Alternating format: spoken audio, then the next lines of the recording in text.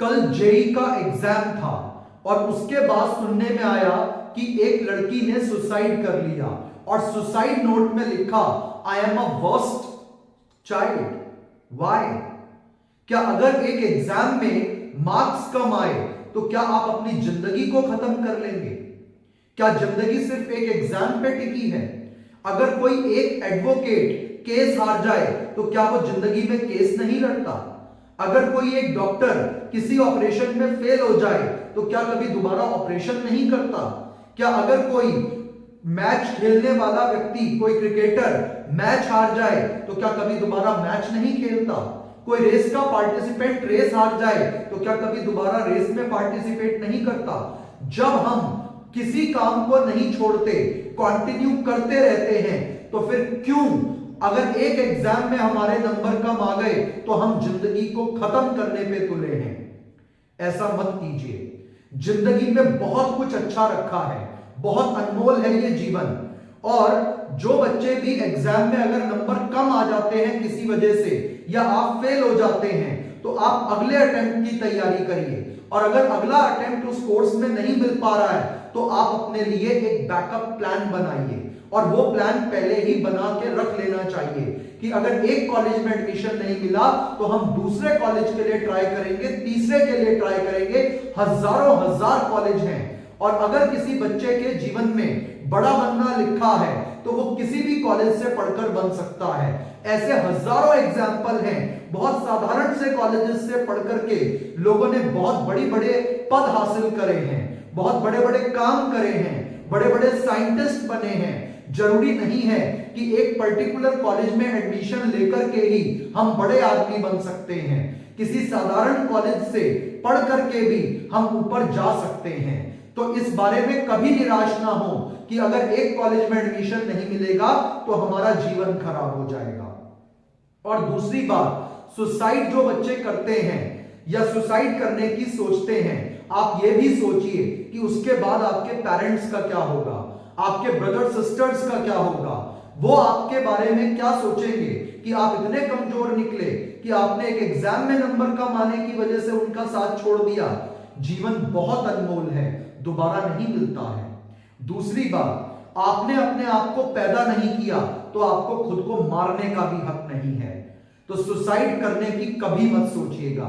और मेरी समस्त पेरेंट्स से हाथ जोड़कर विनती है कि जब आपके बच्चे का एग्जाम पास हो तो आप कृपया करके अपने बच्चे के साथ रहें, अपना थोड़ा समय निकालें। अगर आपका बच्चा किसी अन्य शहर में तैयारी के लिए गया है, चाहे वो दिल्ली हो, कोटा हो, कोई भी शहर हो, तो माता पिता में से या भाई बहन में से किसी एक व्यक्ति को उस बच्चे के साथ जरूर रहना चाहिए, इमोशनल उसको स्ट्रांग रखने के लिए, उसको इमोशनली जो है स्ट्रांग बनाने के लिए।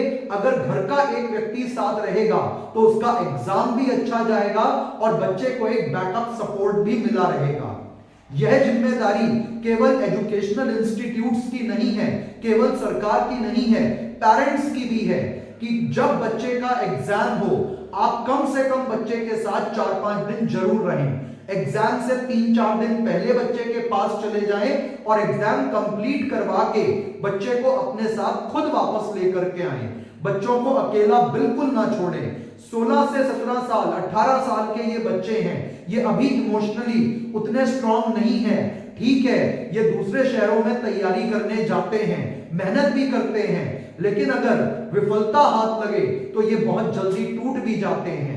अगर इनको टूटने से बचाना है, इस डोर को संभाले रखना है, क्योंकि आजकल सभी माता पिता के 1-1, 2-2 बच्चे हैं। तो अगर आप अपने बच्चे को तैयारी करने के लिए भेज रहे हैं तो कृपया करके या तो अपने बच्चे का एग्जाम सेंटर अपना ही शहर भरवाएं, ताकि बच्चा आपके पास आकर के पेपर दे और आप अपने बच्चे की इमोशनल सपोर्ट में खड़े रहें।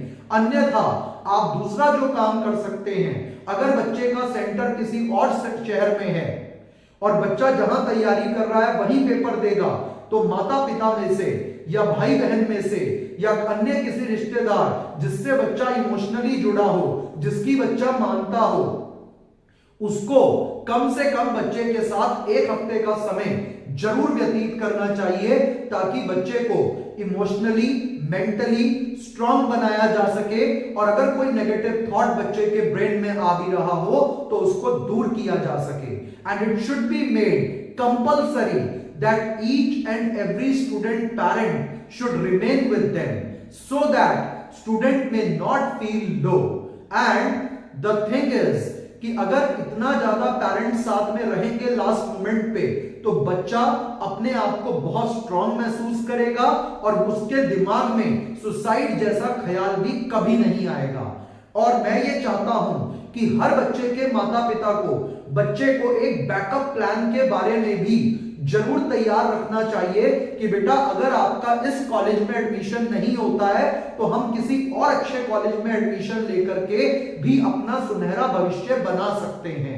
हार नहीं माननी है, अपना प्लान चेंज करके हम आगे चल के और भी बहुत कुछ बड़ा हासिल कर सकते हैं।